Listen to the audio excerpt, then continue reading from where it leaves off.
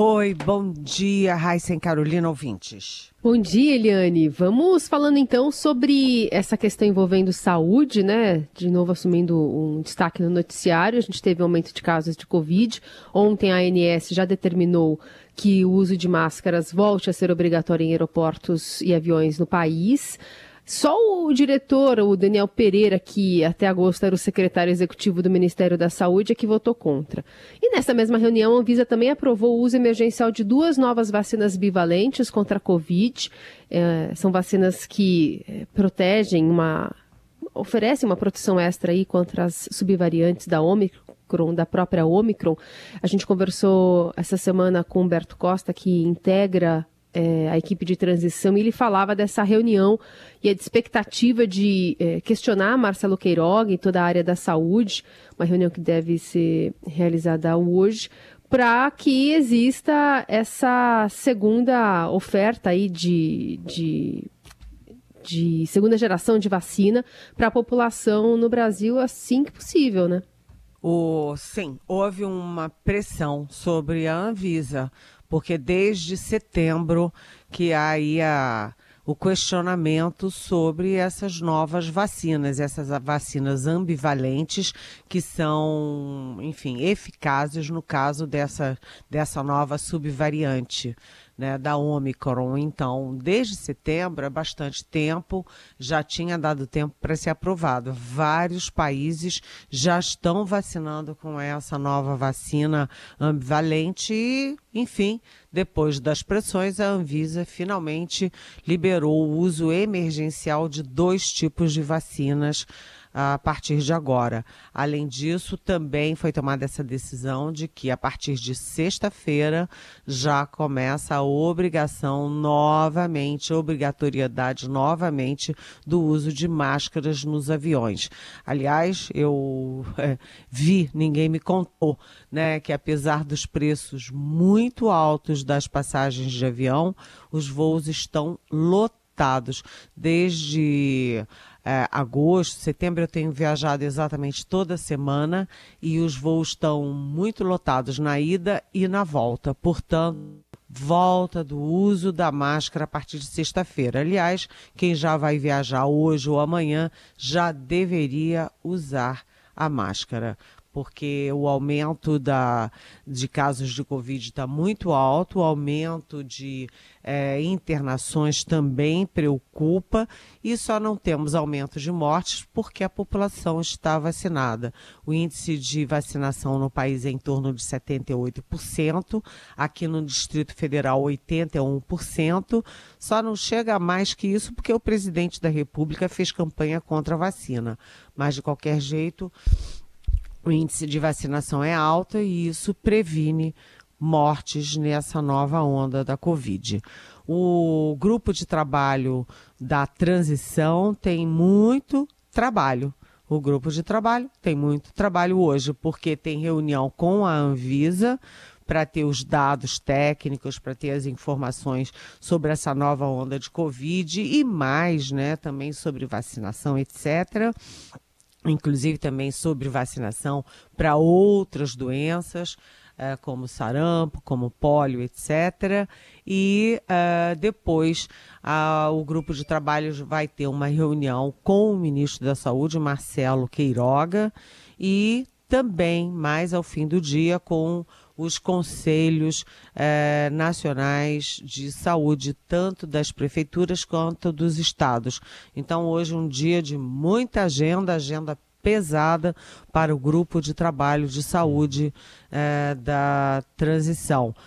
Lembrando que fazem parte desse grupo os ex-ministros da saúde da era PT, além do Humberto Costa, também o Alexandre Padilha e o José Gomes Temporal. Então, força total aí para a área de saúde, não só por causa da Covid, mas porque a área da saúde foi muito maltratada no governo Bolsonaro. Aliás, como a gente sempre diz, não só ela. Certamente. Vamos acompanhar. Amanhã vai ser tema nosso aqui. Agora, Eliane, até aqui o tema principal da transição tem sido a PEC do Bolsa Família, essa PEC para garantir o Bolsa Família fora do teto de gastos. e há uma expectativa até de que ela seja apresentada hoje. Vamos ouvir aqui 2 momentos para você comentar.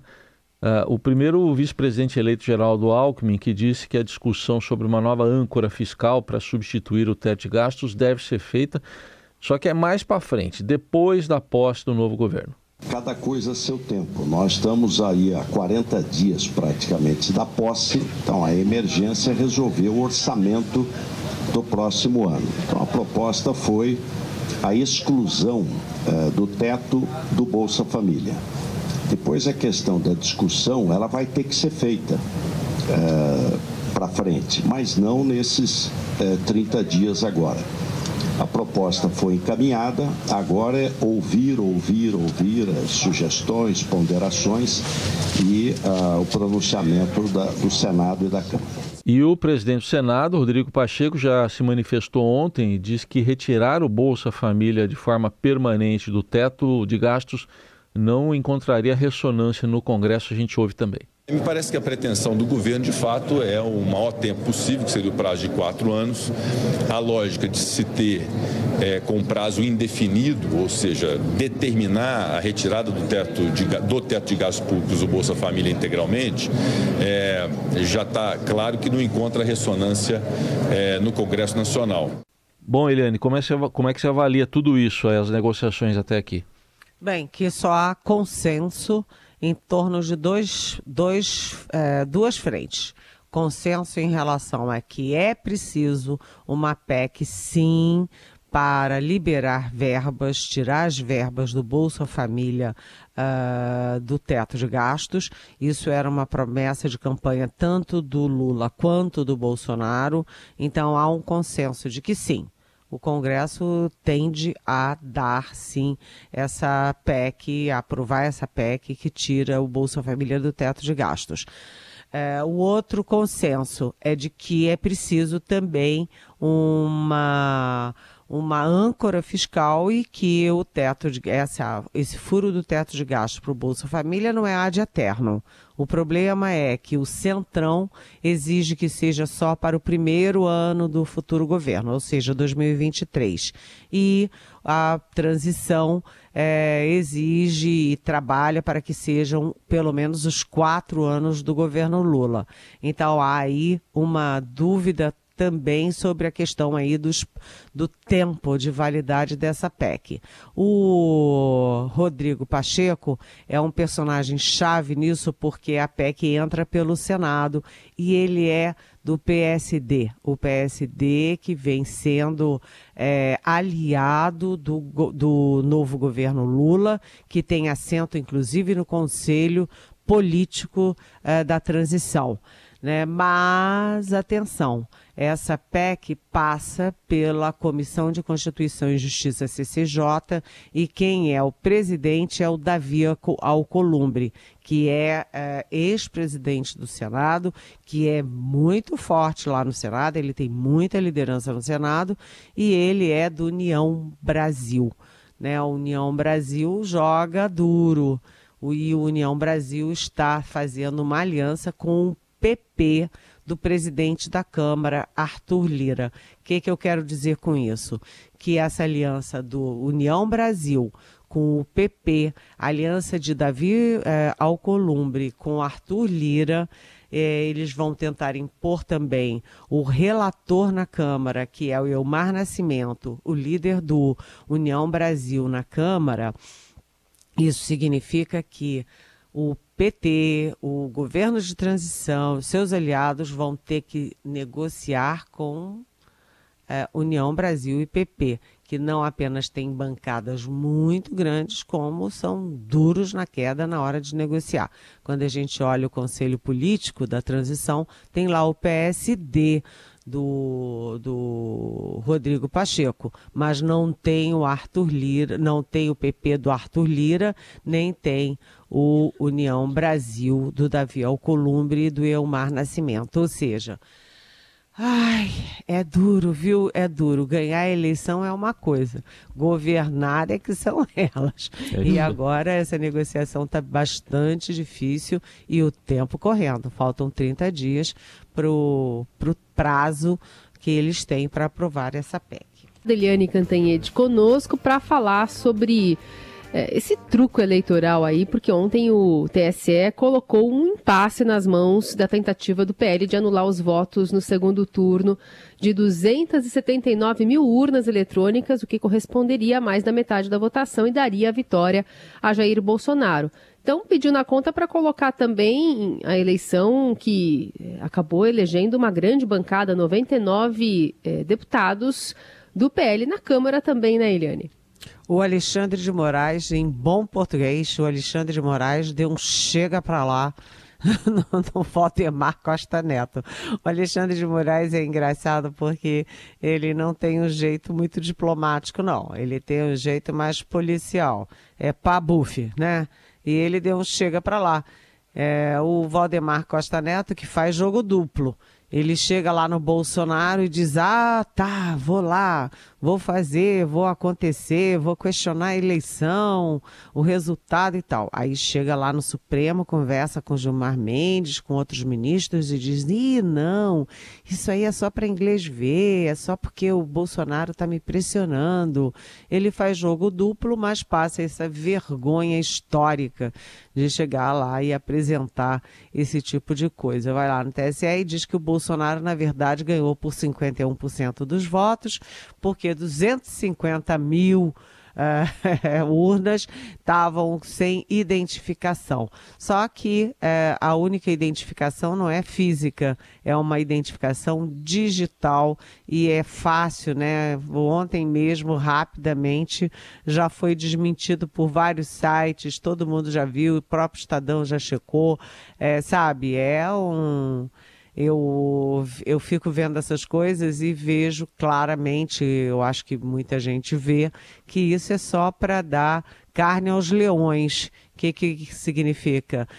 Para estimular essa gente que continua em torno de quartéis e tal, falando com, sei lá, com extraterrestres, orando, fazendo gesto nazista, enrolado na nossa bandeira, pegando chuva e lama e tal, para tentar evitar o resultado da eleição brasileira. O resultado é óbvio, é claro, tem mais de 10 entidades do Brasil e do exterior que fizeram e monitoraram o processo, que já avalizaram a lisura do processo, a eficácia das urnas eletrônicas. Enfim, isso é só para manter essa mobilização maluca, insana, contra o resultado das eleições. E aí o Alexandre de Moraes, naquele jeito dele, nada diplomático, disse, tá bom, tá legal.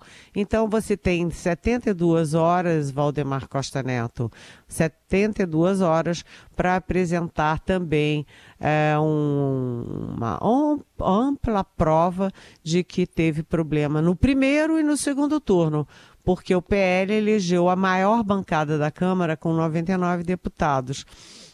Se é para anular o segundo turno, é para anular também o primeiro turno, já que as urnas foram exatamente as mesmas para o primeiro e para o segundo turno. Cheque, mate. A Valdemar Costa Neto vai ter apoio dos 99 eleitos para fazer isso, só para fazer uma gracinha com Jair Bolsonaro, ou encastelado. Aliás, eu vi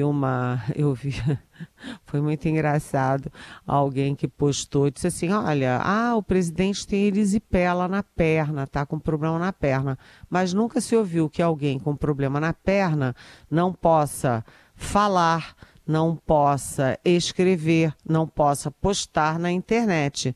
Ele está calado por outros motivos ou com outras intenções e está usando gente tipo Valdemar Costa Neto, aquele que, aliás, foi preso, condenado no Mensalão e investigado também no Petrolão.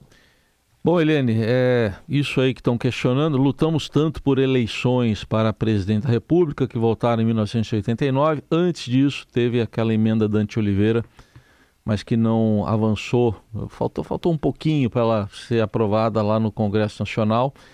Mas esse movimento todo de 1984 teve a participação, por exemplo, do Erasmo Carlos, no áudio que a gente vai ouvir aqui, de um comício na Candelária, no centro do Rio de Janeiro, no comício das Diretas Já. Eu tenho 42 anos de idade, tenho um filho de 20 anos, nunca votamos para presidente da República. Fé na vida, fé no homem, fé no que virá. Nós podemos tudo, nós podemos mais. Vamos lá fazer o que será. Vamos votar! E aí, Eliane, momento importante também esse, não? Sim, nós todos que lutamos pela democracia, né, pela abertura política, pela redemocratização, nós todos que subimos, né, subimos o tom para exigir a democracia, e isso inclui a esquerda, a centro-esquerda, o centro, a centro-direita e parte da direita que depois criou o PFL e que lutou também junto com a gente para chegar na democracia, para chegar em instituições, para chegar num Congresso atuante que inclusive fez a Constituinte de 88, que a ministra Carmen Lúcia, por exemplo, sempre diz, né, com todos os seus probleminhas daqui e dali, é a Constituição que incluiu a prioridade que é a pessoa, o cidadão e a cidadã brasileiras como prioridade número 1 do Estado brasileiro, da nação brasileira, enfim, da Constituição. Então, tudo isso foi uma luta pela democracia. Não dá para agora vir aí Valdemar Costa Neto e essa gente toda tentando anular a eleição. É patético. A gente nem dá bola para esse tipo de coisa, né?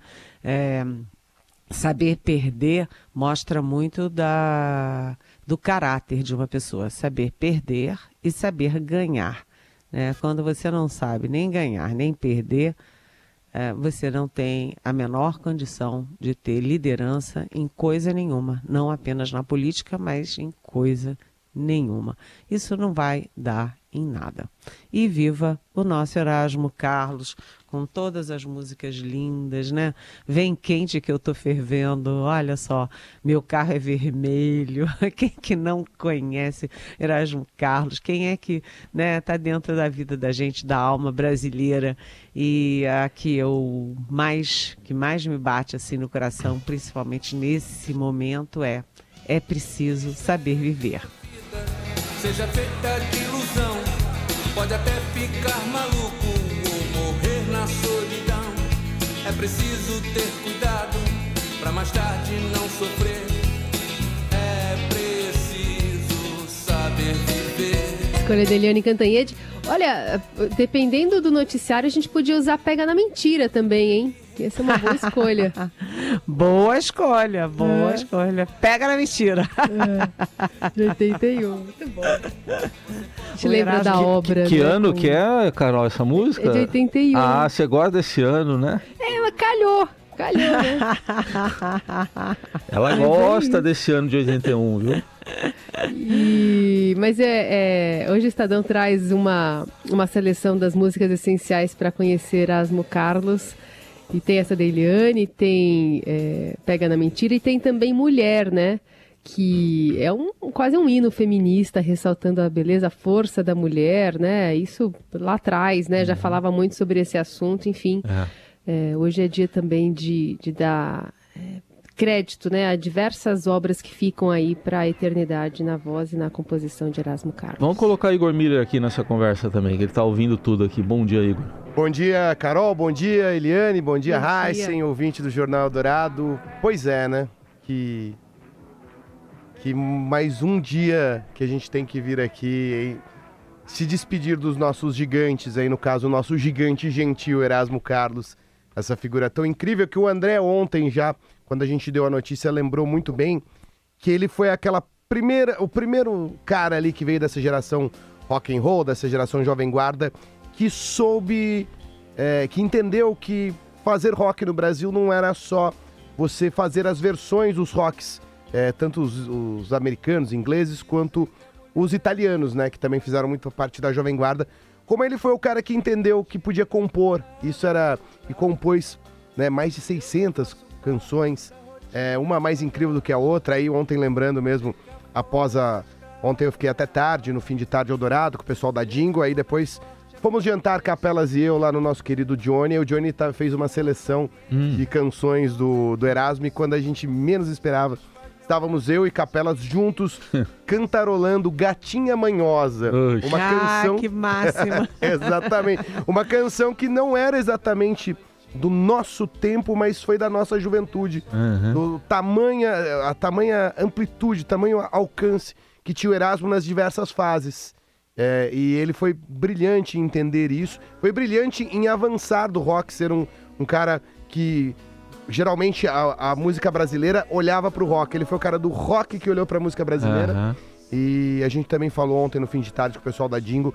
A Dingo citou o Carlos Erasmo, o Leandro Cacossi também falou desse disco tão importantíssimo que levou o rock a uma maturidade, que é a maturidade da geração dos anos 70, de explorar temáticas, de misturar arranjos complexos, de trazer vários temperos únicos e influenciar das mais diversas gerações, né? Marisa Monte gravou ele, Marina Lima gravou ele. Gravou ele com ele também, né? Ele com ele. E recentemente, né, a gente entrevistou a Maglória aqui, ele estava fazendo o caminho contrário, porque ele gravou uma música do Thiago da Maglória, então ele sempre teve ali com todo mundo, sempre se misturou muito bem e vai fazer muita falta, porque... É isso, assim, tipo, marcou diversos estratos e faixas das pessoas que gostam de música e que respeitam o legado da música brasileira, né? Isso aí. E além disso, eu queria só acrescentar uma coisa, é que o Erasmo Carlos, ele era uma pessoa muito legal, né? Todo mundo gostava dele como pessoa. Ele era muito grande, de 1,93 m, muito bonito, muito namorador, muito charmoso, e ele era um encantador de pessoas. Todas as tribos gostavam dele, não apenas como compositor, como um grande cara da música, mas também como pessoa, uma linda pessoa humana, muito do bem, né?